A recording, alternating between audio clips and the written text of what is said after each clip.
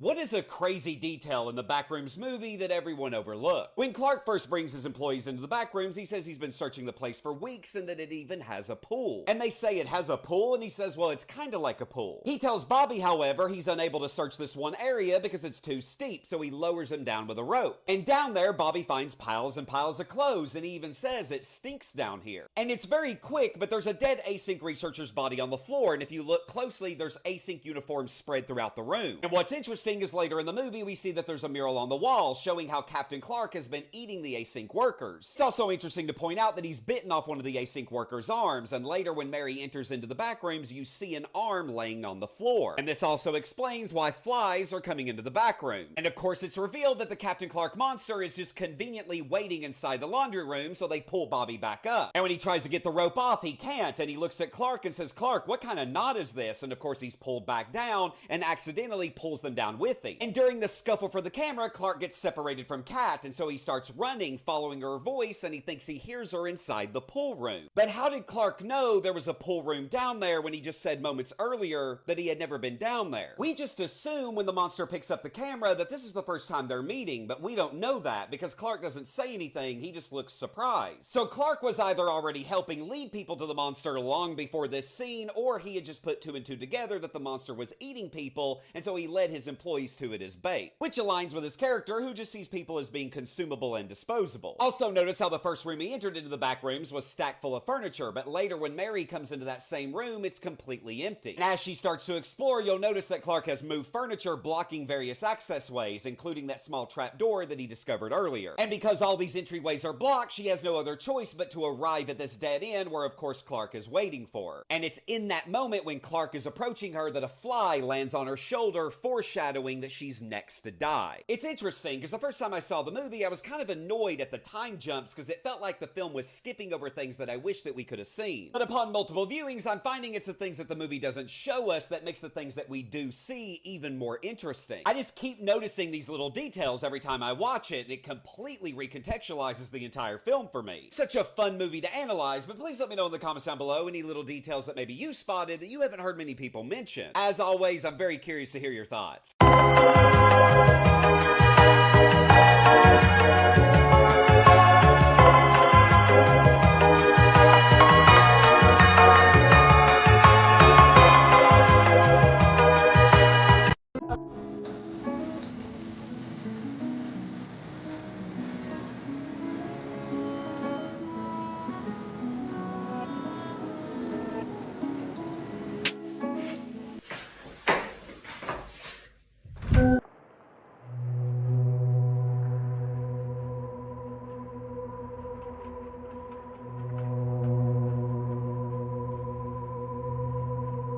The original Captain Clark was much faster, more agile, and extremely more dangerous than the one we saw. Let me explain exactly how we know this. Everyone is theorizing that the monster that killed Bobby in the laundry room was not Captain Clark. That thing was faster, more agile, stronger, and people have theorized that it's another entity or the classic bacteria entity from the original Backrooms. However, this is not true, and let me explain. We know that originally Clark was kicked out of his home because he would come home late, exhausted after work, completely drunk. He tells the whole story about how he was drunk and clumsy in his kitchen after a long day at work. And he constantly talks about how annoyed he was that he works all the time. We'll fast forward to the Backrooms dinner scene when Pirate Clark comes in very slowly and stumbles into the kitchen. This is replaying what happened that night with a drunk Clark coming home, stumbling into the kitchen after a long, exhausting day at work. We even see his ex-wife run away, the red-haired still life, exactly like what would have happened on that night. This means that the Pirate Clark that we saw at the end of the movie was exhausted and in a drunken state.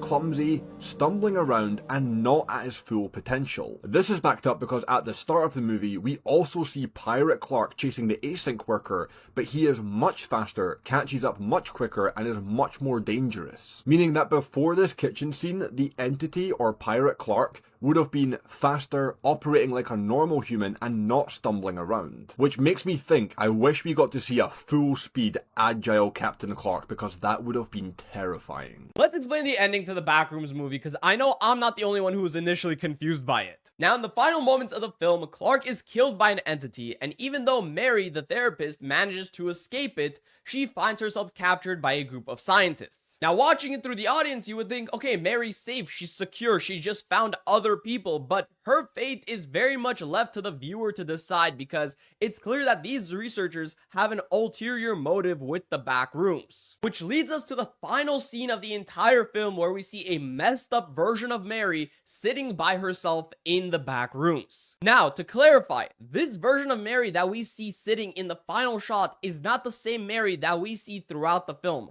This is simply what the Backrooms created to remember Mary. The film explains that the Backrooms is a place that tries to remember everything and everyone that has ever existed without actually ever seeing them. To put into more simple terms, the film uses a really good analogy to describe this by saying it's like describing a dog to somebody who has never seen a dog before and then asking them to draw it. The Backrooms tries to remember everything and everyone that has ever entered it, but it gets lost in the details, which leads to messed up humanoid creatures like this being created, or rooms making absolutely zero sense. But also, it goes to show that even though all these characters that we see will be forgotten in the real world, the Backrooms will never forget, and in the Backrooms, they will forever exist. So this final shot of Mary sitting in the Backrooms all messed up, this is not the Mary that we know. This is simply what the Backrooms try to remember Mary as.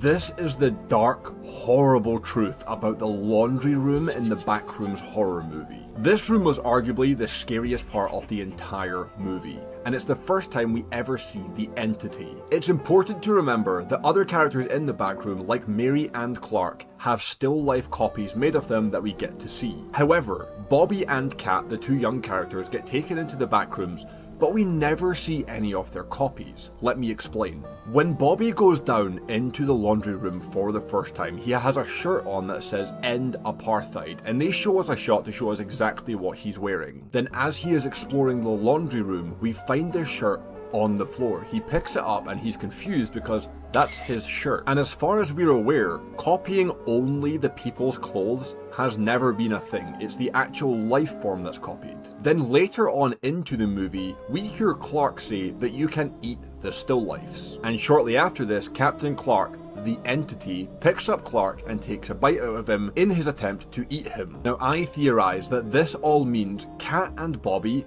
did have copies. However, the laundry room being the first and main layer of the entity that we see, the entity, Captain Clark, already ate Kat and Bobby's copies before we even got to see them, and all of these piles of clothes are different copies that the entity has eaten with their clothes left over at the end. This is not a room of laundry.